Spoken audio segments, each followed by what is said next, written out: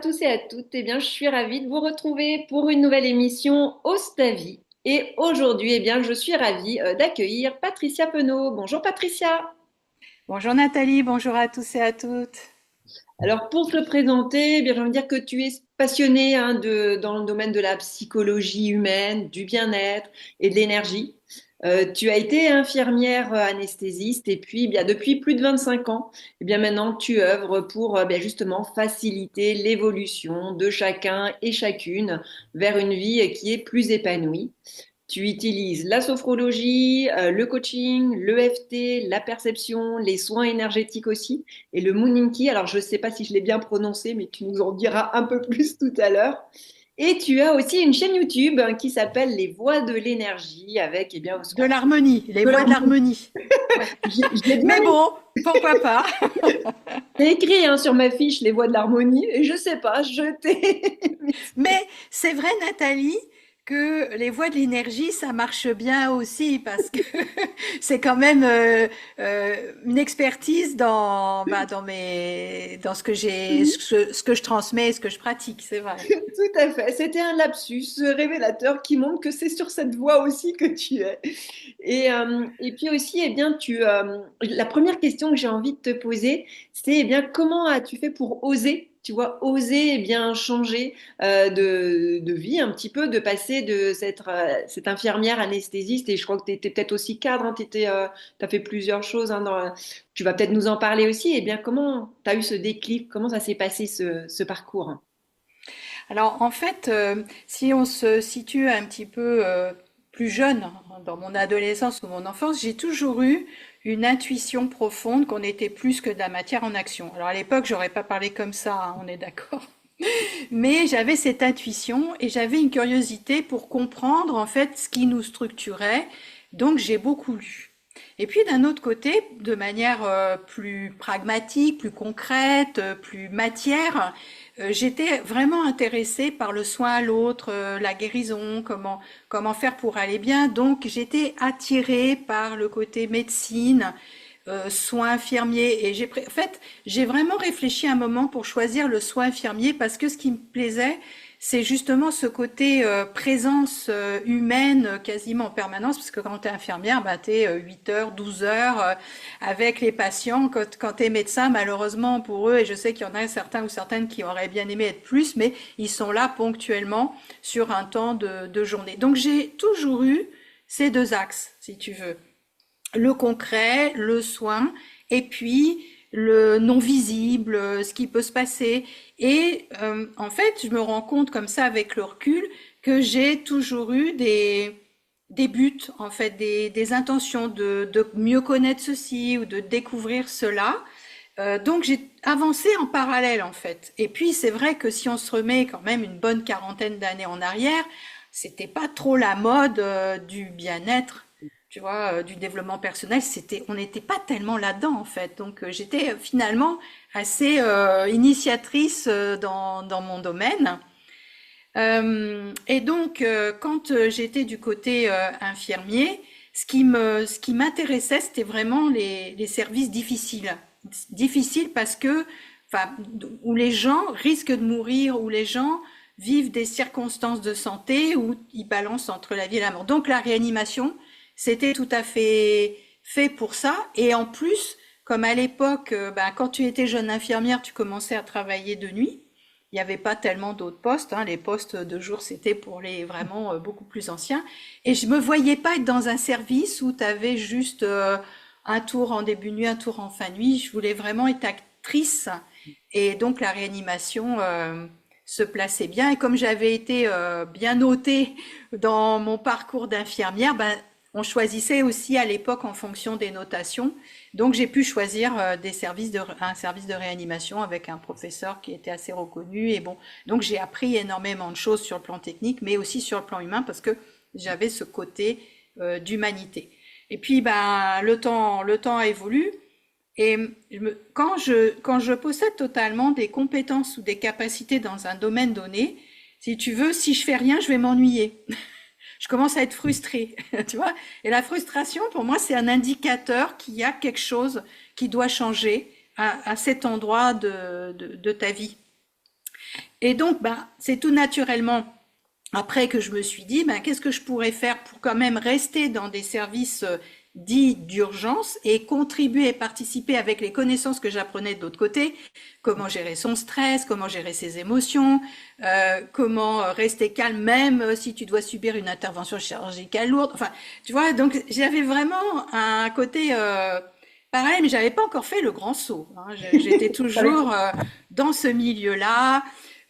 Donc j'ai beaucoup participé à l'époque où est arrivée les certifications qualité pour les hôpitaux, donc participer à l'accréditation, même être partie prenante de la constitution d'un référentiel qui était comme sur tout l'accompagnement des patients de l'entrée dans un service hospitalier jusqu'à la sortie, tu vois. Donc, je m'investissais vraiment de ce côté-là. Puis d'autre côté, j'apprenais la sophrologie, je développais mes connaissances en énergétique. Enfin, tu vois, c'était vraiment ça. Donc, et puis est arrivé le moment où justement j'ai eu l'opportunité, j'ai postulé pour mettre en place un service de réanimation de construction des murs, tout quoi, l'organisation des soins, l'organisation du personnel, du matériel, des circuits, enfin et ça me passionnait, tu vois. J'ai un côté d'ascendant vierge qui aime bien la structure, l'organisation, donc je pars pas n'importe où et n'importe comment. Et donc, ben, le chef de service m'a fait confiance et j'ai travaillé 5 ans dans cette mise en place.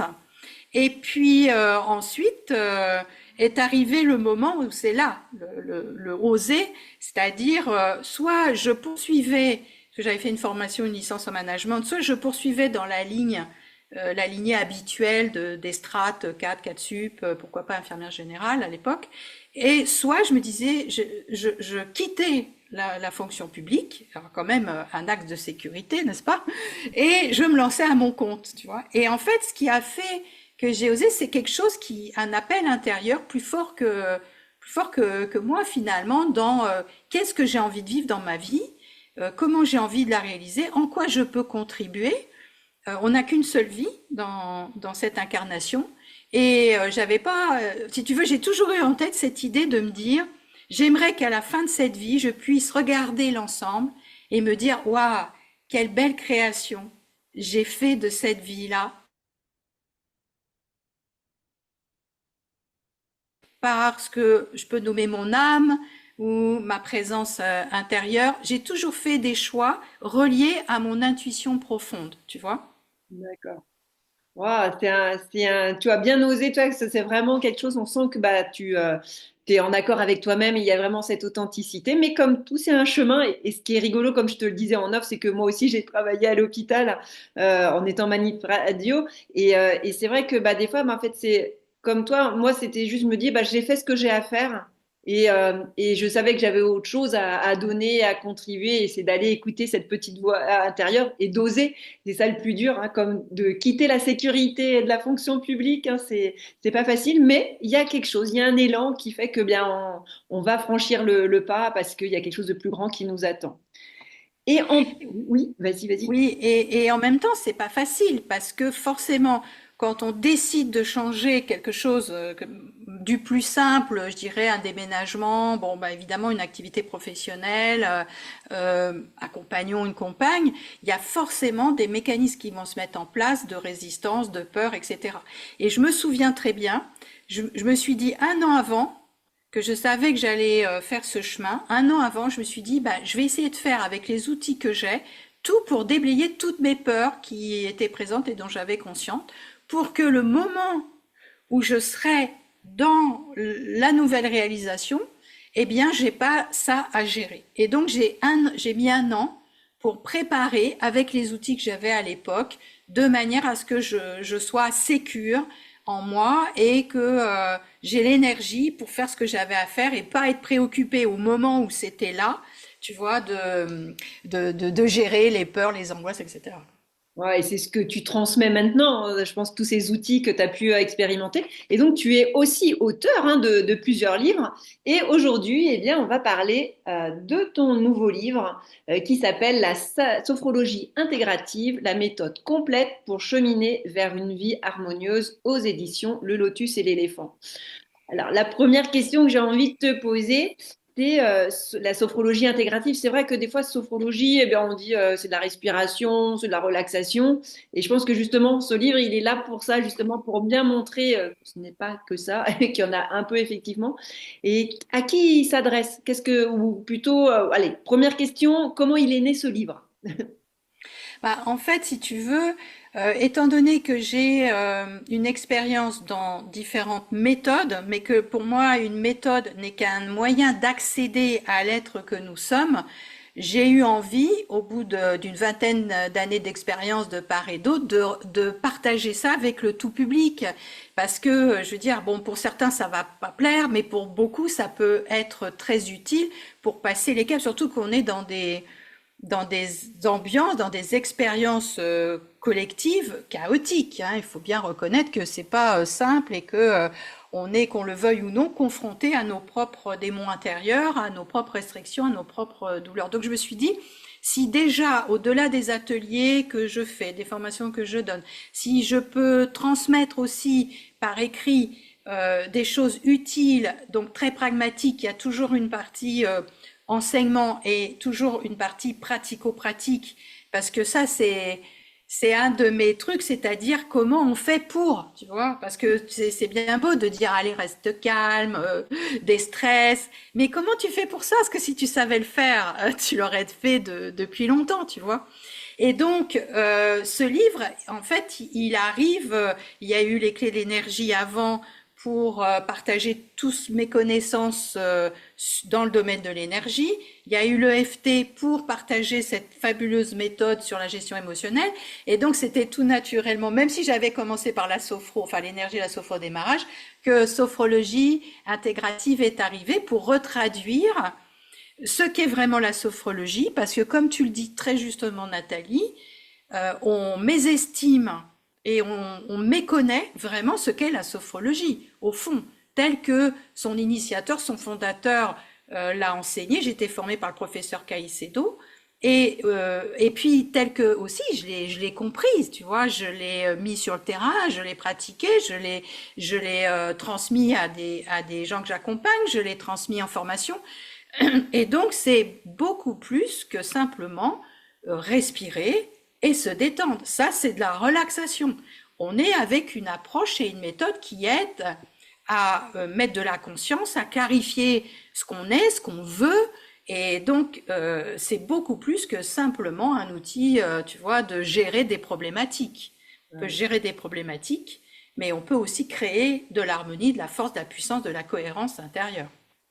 Ah, merci déjà pour ces précisions. Et alors, intégrative, tu as voulu en fait vraiment rassembler plusieurs choses, c'est ça? Est-ce que tu peux détailler pourquoi tu as voulu mettre le mot intégrative dans sophrologie? Oui, parce que si tu veux, déjà dans le terme intégré, une des définitions du terme intégré, c'est de mettre en cohérence plusieurs systèmes entre eux. Donc ça, c'était la première idée. Et dans la méthode complète de la sophrologie, nous sommes des explorateurs de différentes dimensions qui nous constituent. Alors, c'est évident que la première dimension qui va nous intéresser et qui, nous apprend à décoder les messages de notre corps, c'est le corps physique, à vraiment l'explorer dans sa profondeur et pas juste dans sa forme, contour et dimension, première dimension. La deuxième dimension aussi importante, c'est le mental. C'est l'esprit qui va générer des émotions dans le corps.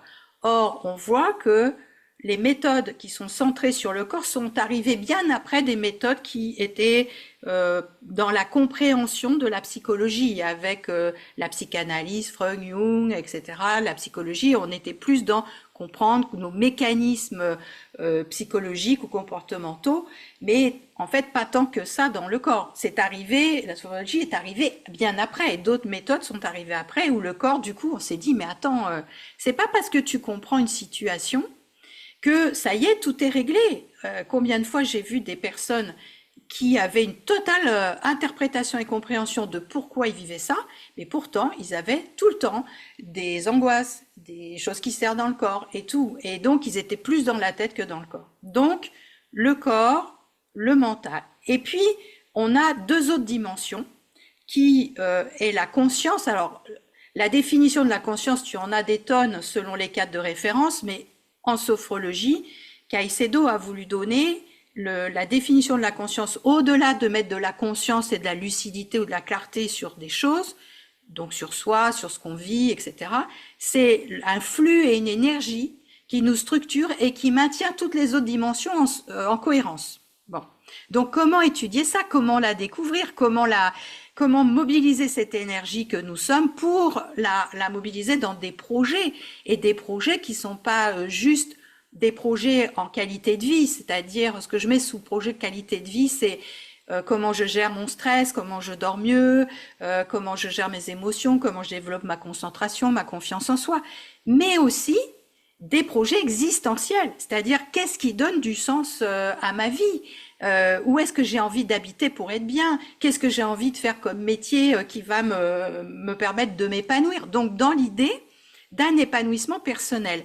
Et pour aller chercher ce sens de vie, eh bien, il y a une autre dimension qui est l'âme, que lui a nommée l'âme phronique, s'appuyant sur la notion d'atma de Jung, mais pas que, hein, la notion d'âme, elle est quand même employée au-delà de la religiosité, elle est employée quand même par beaucoup de philosophes. Et donc, cette âme qui contient des informations qui sont là pour nous permettre de nous épanouir et de nous réaliser dans notre existence. Donc, au moins 4 dimensions qui nous constituent en tant qu'être humain. Comment les explorer? Comment les apprivoiser? Comment mettre de la cohérence entre le corps, l'esprit, la conscience, l'âme, et ensuite les 4 dimensions? Eh bien, c'est ça l'intégration. Et c'est pour ça que sophrologie intégrative, ça ramène cette idée que le soi est composé de ces 4 dimensions, le soi intégratif, et donc on cherche à mettre en cohérence pour exister le plus pleinement possible. Merci. Et c'est vraiment un livre très complet, très bien détaillé. Et c'est vrai que faut le lire plusieurs fois, hein. Tu vois, moi, j'y étais, mais il faut y revenir. Et je pense que en fonction de ce qu'on vit, eh bien, on peut justement aller chercher des réponses. Mais voilà, je sais que je le lirai plusieurs fois parce que il est tellement riche et il y a tellement j'ai vraiment senti tout le travail que tu avais pu faire parce que je pense qu'il y a vraiment beaucoup de recherches et d'avoir tout dans le même livre. Donc il est bien intégré, il y a bien cette intégrité, comme tu dis, d'avoir tout rassemblé. Et est-ce que tout le monde peut faire de la sophrologie? Qu'est-ce que tu pourrais dire aux personnes, tu vois, des personnes qui connaissent pas la sophrologie? Est-ce qu'il y a des contre-indications? Alors, moi je dirais que la sophrologie, c'est ouvert à tout le monde. Même des fois, on dit qu'il y a des contre-indications psychiatriques. Mais le professeur Caicedo est un psychiatre, enfin était un psychiatre. Donc lui, il a travaillé avec des personnalités psychiatriques. Donc c'est pas une contre-indication absolue. Juste que si on a des problématiques en relation avec la psychiatrie, il vaut mieux avoir un sophrologue qui est formé en psychiatrie. C'est ça que ça veut dire. C'est-à-dire que si tu es... Parce qu'il y a plusieurs branches dans la sophrologie, tu as la branche clinique. Donc c'est vrai que là, on s'occupe beaucoup des personnes qui ont des pathologies physiques.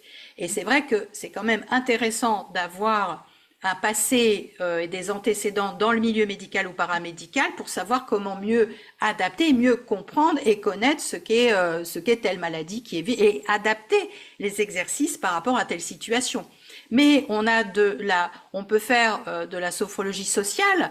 Donc là, c'est intéressant d'avoir une connaissance en fait du milieu social, des problématiques qui sont rencontrées, puisque même si on a des techniques initiales qui ont une structure identique, l'idée c'est d'avoir une adaptabilité, une adaptation par rapport au terrain de personnalité, par rapport au terrain de la personne, dans ce qu'elle vit, dans ce qu'elle rencontre, pour adapter et ajuster les exercices, tu vois. Donc, mais mis à part ça, à partir du moment où on est curieux et on a envie de se connaître et on a envie de s'explorer, la sophrologie, il n'y a pas de contre-indication particulière et le sophrologue est normalement formé pour savoir adapter, parce que, par exemple, si quelqu'un souffre d'asthme, par exemple, bah, la respiration, tu peux pas faire n'importe quoi, tu vois, comme si quelqu'un a de l'épilepsie. Donc, le sophrologue est censé avoir appris comment adapter les exercices respiratoires pour ne pas susciter de l'hyperoxygénation, notamment chez les personnes épileptiques ou spasmophiles, qui risqueraient de déclencher une crise. Comme chez la personne asthmatique, on a une forme de respiration spécifique qui va justement lui apprendre à respirer autrement pour mieux gérer, voire même prévenir certaines crises d'asthme.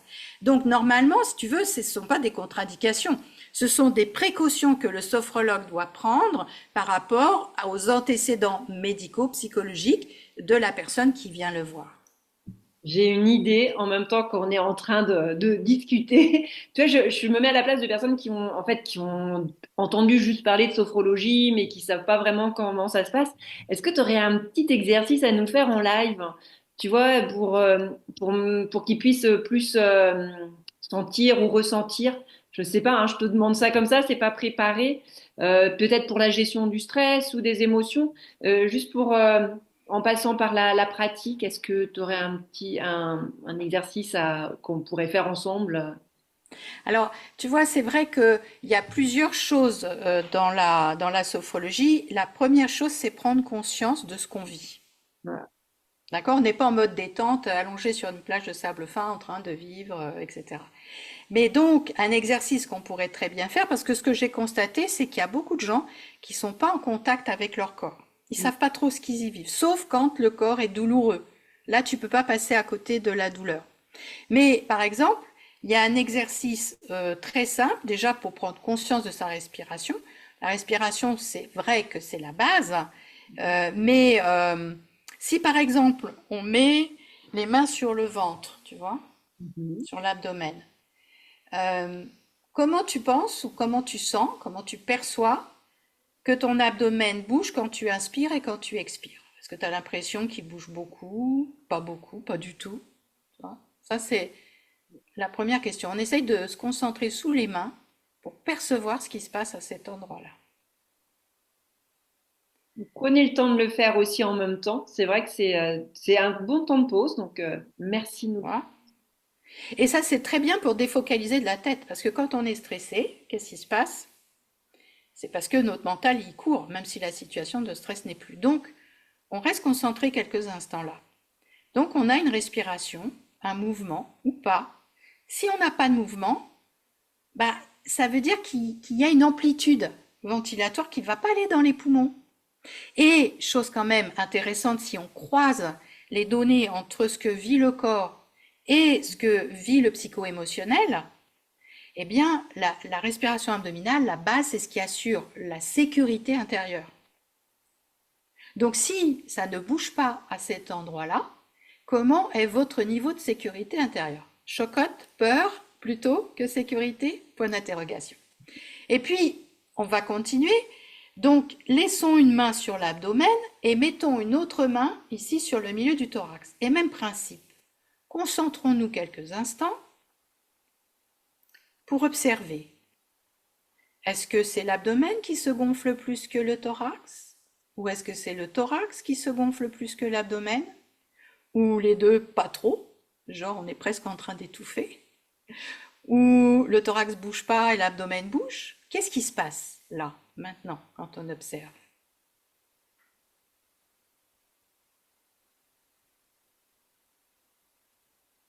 Vous faites vos propres constats. Et alors, chose intéressante, autant la respiration de l'abdomen, c'est l'ancrage, c'est l'assise, la sécurité. Ici, c'est la gestion émotionnelle. Donc, autant vous dire que si ici, ça bouge pas, vous pouvez être sûr que vous avez refoulé beaucoup d'émotions, de tristesse, de manque d'amour, etc., etc. Donc, on y va doucement. C'est pas le but là de tout de suite amplifier. C'est après on fait les exercices pour justement remettre de l'harmonie. Et puis il y a une troisième respiration, c'est celle des épaules ici. Hein. Alors si on met les mains sur les épaules, même principe, comment ça respire? Comment ça bouge? Et est-ce que ça bouge?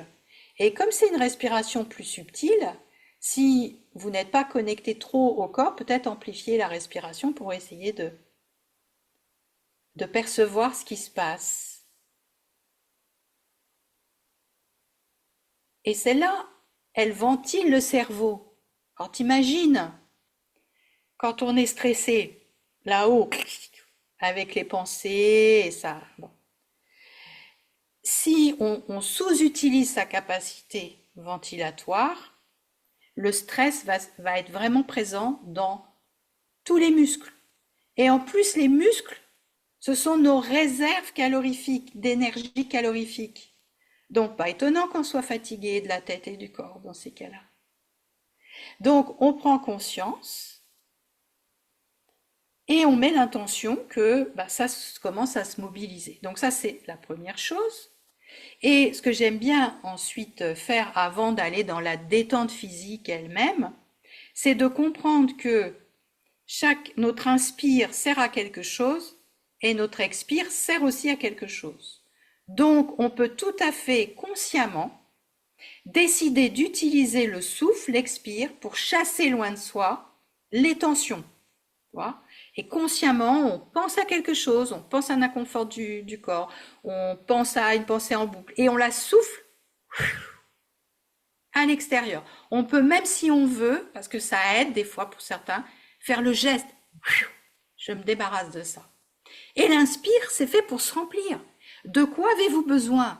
Qu'est-ce qui va être l'opposé du stress pour vous? Est-ce que c'est du calme? Est-ce que c'est de la paix? Donc j'inspire le calme en moi. J'aspire la paix en moi et j'essaye de la faire diffuser dans tous les coins et recoins de mon corps, de la tête jusqu'aux pieds, des épaules jusqu'au bout des doigts, de tout ce que j'ai conscience en tout cas là maintenant, pour avoir cet effet de ressourcement. Voilà dans les premiers types d'exercices qui permet ensuite d'apprendre à modifier son niveau de conscience, qu'on appelle la sophronisation de base, et ensuite faire des exercices reliés à du mouvement, faire des exercices reliés à de l'imagination du futur, pour essayer d'imaginer le futur le plus beau possible, faire des exercices pour se remémorer des bons souvenirs en conscience, faire des exercices pour animer des valeurs en soi, faire des exercices avec du son pour aller mobiliser son énergie. Enfin, on a tout un panel en fait d'exercices, mais qui nous permettent justement d'en posant les bonnes bases, donc la conscience déjà de notre respiration, la capacité de détendre notre corps pour changer le niveau de conscience, et ensuite on rentre dans le cœur du sujet. Ah, merci beaucoup parce que je pense que tu vois c'est vraiment pratique et là je pense que les gens ils auront vous avez pu le vivre en direct et puis comme ça après ça vous donnera justement plus envie d'être accompagné parce qu'effectivement c'est vraiment la base et après moi ce que j'aime bien aussi c'est d'aller pouvoir aller dans le futur, de pouvoir aller se connecter à ses valeurs, pouvoir renforcer son intérieur et c'est vraiment tout ça qui fait du bien et qui permet d'apprendre aussi à mieux se connaître et de pouvoir aussi se dépasser mais grâce à toutes ces techniques. Donc merci beaucoup. Hein. Tu vois, ça m'est venu comme ça et je me suis dit que autant on peut en parler pendant des heures aussi de la sophrologie, mais tout est écrit dans ton livre. Il y a les exercices pratiques, il y a vraiment tout. Mais là, comme ça, vous avez pu vivre vraiment une expérience en live et tu as vraiment bien pu la transmettre. Donc merci beaucoup. Qu'est-ce que tu aurais envie, si tu avais un autre message à donner, qu'est-ce que tu aurais envie de transmettre aux personnes qui nous regardent justement sur ce que tu fais, sur est-ce que tu aurais envie de... Bah, ce que j'aurais envie de dire, c'est que c'est le bon moment pour s'occuper de soi et que c'est pas égoïste de s'occuper de soi, parce que des fois on pense qu'il faut penser à l'autre en permanence. S'occuper de soi, ça n'empêche pas de s'occuper de l'autre, mais tu sais, c'est comme quand on est dans un avion, quand l'avion dépressurise, il vaut mieux que tu t'occupes de toi d'abord pour te mettre de l'oxygène et être en bonne forme, pour ensuite t'occuper des autres et être efficace dans ça. Donc moi je crois que vu ce que nous vivons sur un plan quand même mondial, c'est le bon moment, chacun et chacune à l'endroit où il est dans son petit monde, de pouvoir commencer à créer du bonheur en soi. Et ce bonheur qu'on crée en soi, cette joie, cette paix, cette sérénité en fonction de ce qu'on porte comme couleur intérieure, eh bien elle va se répandre autour de soi. Et on a aussi des choix à faire. parce que aujourd'hui, il y a quand même beaucoup de relations toxiques, de systèmes de manipulation. Et je crois que quand on a de la lucidité, eh bien, de la clarté d'esprit, on peut les repérer. Et quand on repère quelque chose, bah après, on n'y va peut-être pas, plutôt que de foncer la tête baissée. Et je crois que quand on fait ça, on rend service à tout le monde, parce que nous ne sommes pas juste isolés les uns les autres. Au fur et à mesure qu'on prend conscience et qu'on développe sa capacité de perception, on se rend compte combien on peut être touché par la détresse de quelqu'un, par voilà, son manque de joie, ça dans un environnement proche. Mais il faut aussi comprendre qu'on est touché, même par des gens qu'on ne connaît pas, parce que nous sommes faits de la même matière et de la même lumière, et que s'il y avait un bel objectif pour tout le monde, bah, c'est créer de l'harmonie, le plus d'harmonie possible à l'endroit où on est, en soi et autour de soi. Ah, merci pour ce beau message. Et au niveau de ton actualité, qu'est-ce que je crois que tu as des formations là en mai, là, il y a plein de choses qui se passent, hein. Alors oui, bah bientôt, j'organise bah, régulièrement, et là c'est un week-end entre femmes du 9 au 11 mai sur la beauté d'être soi. Donc ça va être un truc super avec aussi, tu vois, histoire de se ressourcer, piscine, jacuzzi, des moments d'échange, de partage. Je prendrai mon tambour pour guider des belles méditations. Enfin bref, je suis contente d'avoir fabriqué ça. J'ai hâte de leur faire découvrir. On a aussi un séminaire interactif en ligne les 31 mai et 1er juin avec d'autres experts, des personnes que j'aime beaucoup. Et donc, il y a des replays pour chaque demi-journée. Donc, même si on peut pas assister à tout, on peut être là. Tout ça, ça se trouve sur mon site patriciapono.podia.com. Il va y avoir aussi un festival donc au mois de juin sur le festival on ne vous demande pas d'y croire, c'est le troisième du côté de Lille, et où j'animerai deux conférences, une conférence sur la sophrologie et une conférence sur le FT. Mais c'est vrai que tu l'as très bien mis en avant, Nathalie, c'est expérientiel, quoi. On peut en parler, on amène de la connaissance, mais rien ne vaut de vivre une expérience pour aussi se faire hein, une idée. On a ça, on a la tête et le corps vit des expériences sensorielles. Donc voilà pour l'instant mes principales actualités, mais sinon j'ai des ateliers régulièrement sur les pratiques énergétiques ou sur la confiance en soi. C'est vrai que cette année, je veux vraiment travailler la confiance en soi, l'estime de soi, l'amour de soi, qui sont le combo gagnant justement pour aller mieux.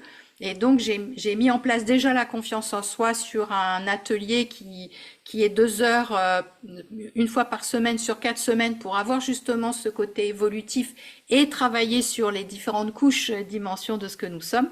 Mais après je vais fabriquer celui sur l'estime de soi et en fin d'année celui sur l'amour de soi. Enfin voilà dans ce qui est important pour l'instant. Ouais, c'est beau. Et en plus, la chaîne YouTube où tu aussi fais des émissions. Alors, qu'est-ce qui t'a donné envie d'avoir une chaîne YouTube? Bah, en fait, j'ai une chaîne YouTube pendant longtemps, mais qui dormait.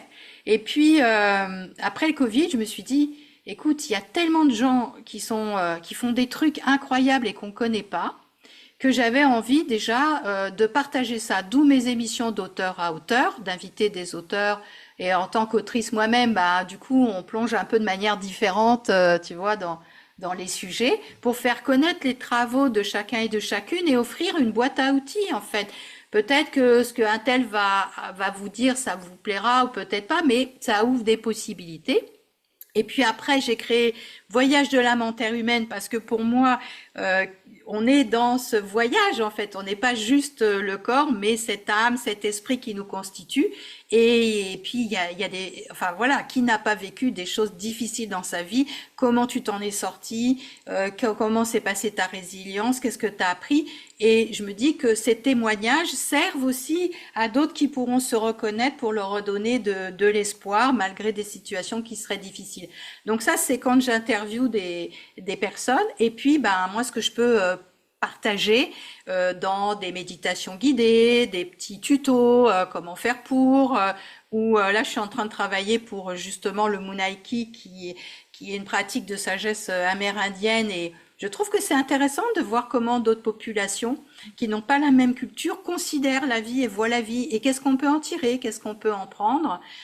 Donc Voilà, tu vois, je suis curieuse et je me sens pas juste en France, je me sens universelle, quoi. Je me sens, tu vois, c'est la planète, quoi. C'est la planète qui est ma maison. C'est pas juste là où je suis qui est ma maison.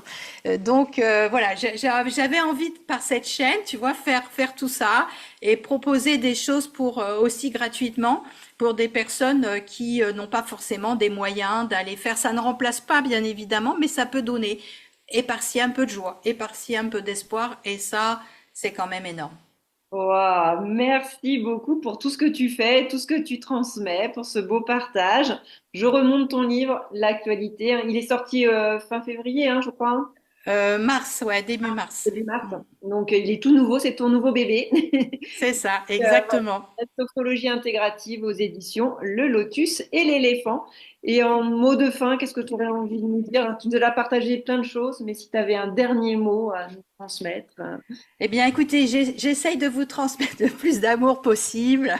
Et une chose que j'ai apprise, c'est que on peut transmettre de l'amour, mais encore faut-il décider de l'accueillir en soi.